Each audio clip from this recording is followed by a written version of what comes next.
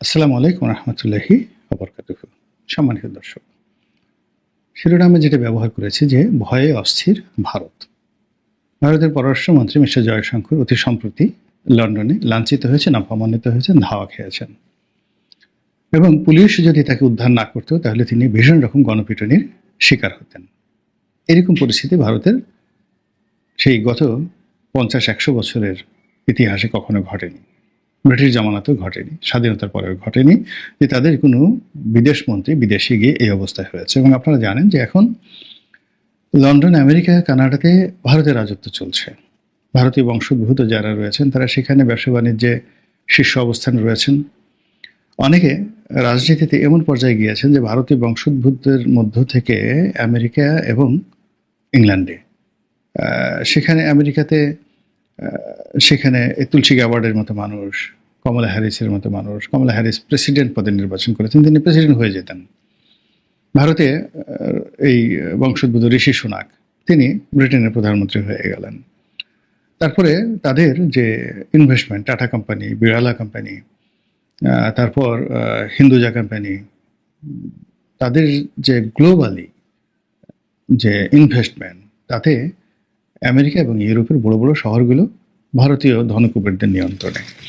তো সেখানে ভারতের রাষ্ট্রপতি বা প্রধানমন্ত্রী কিংবা পররাষ্ট্রমন্ত্রী, তার যে রয়্যালিটি, রাজস্বিকতা, এই রাজস্বিকতা চীন, আমেরিকা বা ইংল্যান্ডের সাথে কোনো অংশে কম নয়। তো সেখানে গিয়ে তিনি ছ্যাঁচা খাবেন, গুঁতো খাবেন, এটি কল্পনা করা যায় না, কিন্তু বাস্তবে সেই ঘটনা ঘটেছে এবং এটি পুরো ভারতে ভীষণ রকম যাকে বলা হয় চাঞ্চল্য সৃষ্টি করেছে, অস্থিরতা সৃষ্টি করেছে। কি হলো? নরেন্দ্র মোদীর বিরুদ্ধে মানুষ যাচ্ছে তাই বলার চেষ্টা করছেন। দ্বিতীয়ত যে তোমার বুঝিবে যে গোকুলে বাড়ি শেষে, অথবা আমরা যার কাছে খুব বেশি আশা করি মূলত তার কাছ থেকে লাঞ্ছিত এবং অপমানিত হই। এটি দুনিয়ার নিয়ম। আমরা ধরে নিয়েছিলাম যে আমেরিকাতে যদি বাইডেনের পরিবর্তে মিস্টার ট্রাম্প ক্ষমতায় আসে তাহলে নরেন্দ্র মোদী সারা পৃথিবীর ছড়িয়ে ঘোরাবেন।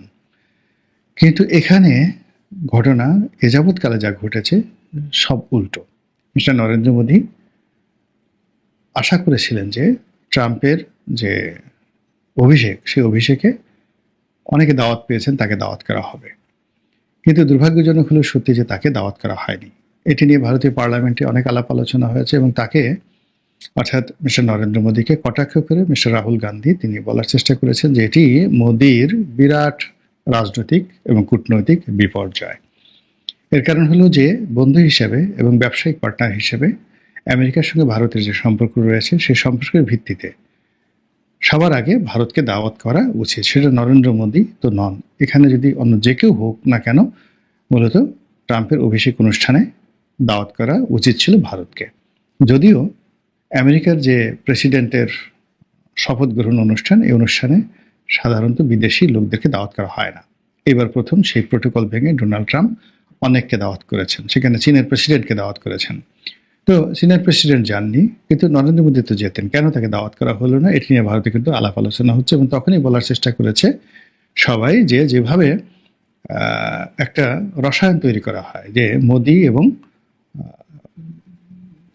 ট্রাম্প ব্যক্তিগত বন্ধু এবং ব্যক্তিগত বন্ধুত্বের কারণে এটা হবে ওটা হবে, কিন্তু বাস্তবে সেটা হচ্ছে না।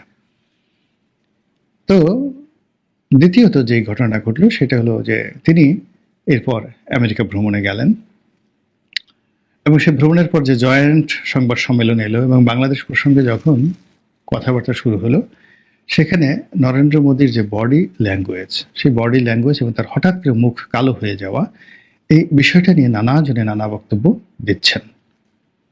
অনেকে বলার চেষ্টা করছেন যে তাদের যখন একান্তে বৈঠক হয়েছিল 1 to 1, তিনি শেখ হাসিনার পক্ষে অনেক কিছু বলার চেষ্টা করেছেন এবং ডক্টর মোহাম্মদ ইউনূসের বিরুদ্ধে তিনি নানা রকম বিষোদ্গার করার চেষ্টা করেছেন। তো ইউটিউবারে বলার চেষ্টা করছে যে সেই সময়টিতে তিনি নরেন্দ্র মোদীকে থামিয়ে দিয়েছেন এবং তিনি বলেছেন যে আপনার এত ওকালতি করা লাগবে না, আমি শেখ হাসিনাকেও চিনি এবং ডক্টর মোহাম্মদ ইউনূসকেও চিনি। তো এই যে তার যে মোড অফ হলো, এই মোড অফের প্রেক্ষিতে পরবর্তীতে যখন সংবাদ সম্মেলনে বাংলাদেশ প্রসঙ্গে এলো, সেই সময়টিতে ডোনাল্ড ট্রাম্প যেভাবে কৌশলে বাংলাদেশের বিষয়টি তার উপর ছেড়ে দিলেন, এবং যেভাবে তিনি কটাক্ষ করলেন, এটা রীতিমতো গরু মেরে জুতো দানের মতো অবস্থা তৈরি হয়েছে। এবং এই যে আমেরিকা থেকে ফেরত আসার পর একটার পর একটা ভাগ্য বিপর্যয় ঘটছে নরেন্দ্র মোদীর।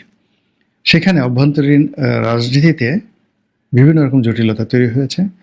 এবং এই মুহূর্তের খবর হলো যে ভারতের বেশিরভাগ অঙ্গরাজ্যগুলো যেটা রয়েছে বা তাদের যে প্রদেশগুলো রয়েছে, প্রাদেশিক সরকারগুলো রয়েছে, সেখানে কেন্দ্রীয় সরকারের যে আধিপত্য গুরুত্ব ক্রমশ কমে যাচ্ছে।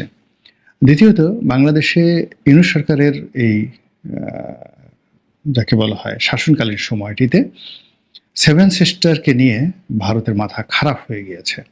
এবং বাংলাদেশ সীমান্তে এখন যেভাবে বিজিবি দায়িত্ব পালন করছে এবং যেভাবে টিট ফর ট্যাট বিএসএফকে আঙ্গুল উঁচিয়ে জবাব দিচ্ছে এবং যেভাবে পুরো সীমান্তে চোরাচালান বন্ধ রেখেছে, এবং আপনারা জানেন যে সেভেন সিস্টারের যে ইকোনমি, সেই ইকোনমির একটা বিরাট অংশ বাংলাদেশের উপর নির্ভর করে। তারা তাদের যে পণ্যগুলো, বিশেষ করে গরু, ফেন্সিডিল, এগুলো বাংলাদেশে পাঠায় এবং বাংলাদেশের মূল্যবান সামগ্রী, চা, চিনি, তারপরে পেট্রোলিয়াম, স্বর্ণ, ডলার, এই জিনিসগুলো বাংলাদেশ থেকে তারা কিন্তু নিয়ে নেয়। ডলারের মতো জিনিসগুলো তারা নিয়ে নেয়, নিয়ে রুপি দিয়ে দেয়। এবং এখানে চোরাচালানির যে বাট্টা হয়, সেই বাট্টাতে আমরা কেবলই মাত্র গরুটা সেখান থেকে আনি, কিন্তু এখানকার যে মূল্যবান যে সামগ্রীগুলো, সেই মূল্যবান সামগ্রীগুলো তারা ডলারে পেমেন্ট না করে অন্যভাবে পেমেন্ট করে। ফলে বাংলাদেশ থেকে যে সমস্ত আন্ডারওয়ার্ল্ডে লেনদেন হয়, এখানে ভারতের যে সেভেন সিস্টার, সেই সেভেন সিস্টার্সের যারা চোরা কারবারি, তারা আঙ্গুল ফুলে রীতিমতো বটগাছ। অন্যদিকে বেশ কয়েকটি রাজ্য, আপনি শিলিগুড়ি, আসাম, তারপরে পশ্চিমবঙ্গ, এইগুলোর শুল্ক স্টেশন থেকে শুরু করে বড় বড় শহরগুলো বাংলাদেশি পর্যটকে সারা বছর ভরপুর থাকে। কিন্তু এখন সেখানে একেবারে খাকা করছে সবকিছু। তো এর কারণে কি হলো, এই 7টি বৃহত্তর প্রদেশ, সেই প্রদেশগুলোতে কেন্দ্রীয় সরকারের নিয়ন্ত্রণ নেই। সেখানে বিচ্ছিন্নবাদীরা শক্তিশালী হয়ে পড়েছে এবং সেটার দেখা দেখি অন্যান্য এলাকা, ভারতের অন্যান্য এলাকা, সেখানেও বিচ্ছিন্নতাবাদী আন্দোলন এবং কেন্দ্রীয় সরকারের যে প্রতিনিধি থাকে গভর্নর, সেই গভর্নরের প্রতি তুচ্ছ-তাচ্ছিল্য করা, এবং যেখানে বিজেপি বিরোধী সরকার রয়েছে সেখানে তারা অনেকটা স্বাধীনভাবে সবকিছু পরিচালনা করার চেষ্টা করছে, যা কিনা পুরো ইন্ডিয়ার অস্তিত্ব নিয়ে টানাটানি শুরু হয়েছে। তো এইরকম একটা অস্থিরতার মধ্যে মিস্টার নরেন্দ্র মোদীর আরও দুঃসংবাদ হলো যে অনেকগুলো ভারতীয় পণ্যের উপর মার্কিন সরকার শতকরা 100%, সর্বোচ্চ শতকরা 100%, 100% ট্যাক্স আরোপ করেছে। এটি তাদের জন্য বিনা মেঘে বজ্রপাত। তারপরে যে অপমান করে পায়ে শিকল পরিয়ে ভারতীয় অভিবাসীদেরকে প্লেনে করে ভারত পাঠিয়ে দেওয়া হয়েছে, এটা পুরো ভারতের যে সাম্প্রতিক সময় তারা বিশ্বের অন্যতম সুপার পাওয়ার হয়ে গেছে, তারা অর্থনৈতিকভাবে অনেক ধনী হয়ে পড়েছে ইত্যাদি নানা রকম যে সকল প্রচার এবং প্রপাগান্ডা চালাচ্ছিল, সব কিছুর মূলে এই কুঠারাঘাত পড়েছে।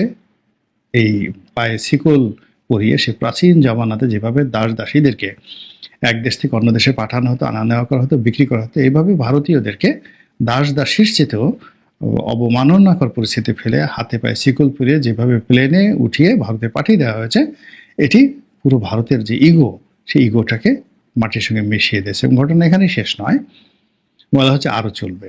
অর্থাৎ আপনারা জানেন যে ভারতের লক্ষ লক্ষ ভারতীয় আমেরিকাতে অবৈধভাবে বসবাস করছেন এবং এই অবৈধ ভারতীয়রা সেখানে মার্কিন ইকোনমির চাইতেও ভারতীয় ইকোনমি, অর্থাৎ ওখানে যে সকল বড় বড় ভারতীয় কোম্পানিগুলো রয়েছে, সেই ভারতীয় কোম্পানি ইউরোপীয় লোকদেরকে নিয়োগ না দিয়ে, আমেরিকান লোকদেরকে নিয়োগ না দিয়ে, বেশি মুনাফার লোভে তারা ভারতীয়দেরকে সেখানে নিয়োগ দেয়।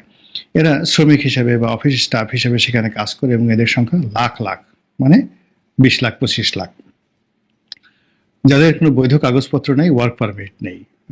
তো এই লোকদেরকে টার্গেট করে মিস্টার ডোনাল্ড ট্রাম্প যে ব্যবস্থা নিচ্ছেন, এর ফলে কি হলো, কেবলই মাত্র যে অভিবাসীরা ফিরে আসবে তা নয়, সেখান থেকে ভারতীয় যারা বিনিয়োগকারী ছিলেন, তারা বিনিয়োগকারীও কিন্তু ধরা খাবেন। তাদের বিশাল বিনিয়োগ তারা পানির দামে মার্কিনীদের কাছে বিক্রি করে ভারতে ফিরে আসতে বাধ্য হবেন। এবং আপনারা ভারতের যে সেই শাহরুখ খানের যে সর্বশেষ ছবি ডানকি, সেই ডানকি ছবিটা আপনারা দেখেছেন যে আমরা বাংলাদেশ থেকে বিদেশে লোক পাঠাই, তো সেখানে ভারত থেকে কত কষ্ট করে লোকজন আমেরিকাতে যাচ্ছে, কত কষ্ট করে ইংল্যান্ডে যাচ্ছে, সেখানে দারিদ্রতা অনেক অনেক বেশি। তো এই মানুষগুলো যখন আবার ভারতে ফিরে আসবে, হিন্দু মুসলমান বৌদ্ধ খ্রিস্টান, এটি ভারতের জন্য একটা রীতিমতো ডিজাস্টার তৈরি করে ফেলবে। এবং এই ডিজাস্টারের সঙ্গে সঙ্গে ভারতের সাথে বাংলাদেশের সম্পর্ক, ভারতের সঙ্গে পাকিস্তানের সম্পর্ক, ভারতের সঙ্গে চীনের সম্পর্ক, ভারতের সঙ্গে মালদ্বীপের সম্পর্ক, তারপর শ্রীলঙ্কা এবং নেপাল, সব মিলিয়ে রাষ্ট্রটিকে রীতিমতো অস্তিত্ব সংকটের মধ্যে ফেলে দিয়েছে। আর যেহেতু মিস্টার নরেন্দ্র মোদী তিনি এটা ম্যাজিক দেখিয়ে ক্ষমতায় এসেছিলেন এবং তার সেই মোদী ম্যাজিক দিয়ে এখন পর্যন্ত তিনি ক্ষমতায় আছেন, অনেকটা আমাদের শেখ হাসিনার মতো। তো কাজেই যেহেতু শেখ হাসিনা তার দিদি এখন দিল্লিতে রয়েছেন, ফলে যদি শেখ হাসিনার পরিণতির মতো মিস্টার নরেন্দ্র মোদীর এরকম একটা পরিণতি হয়, তাহলে বিজেপির যারা লোকজন রয়েছেন তাদের সবার রাগ গিয়ে পড়বে আমাদের সাবেক জননেত্রী, আমাদের সাবেক প্রধানমন্ত্রী বঙ্গবন্ধু কন্যা শেখ হাসিনার উপর। আল্লাহ আমাদের সবাইকে হেদায়েত দান করুন এবং হেফাজত করুন। আসসালামু আলাইকুম ওয়া রাহমাতুল্লাহি ওয়া বারাকাতুহু।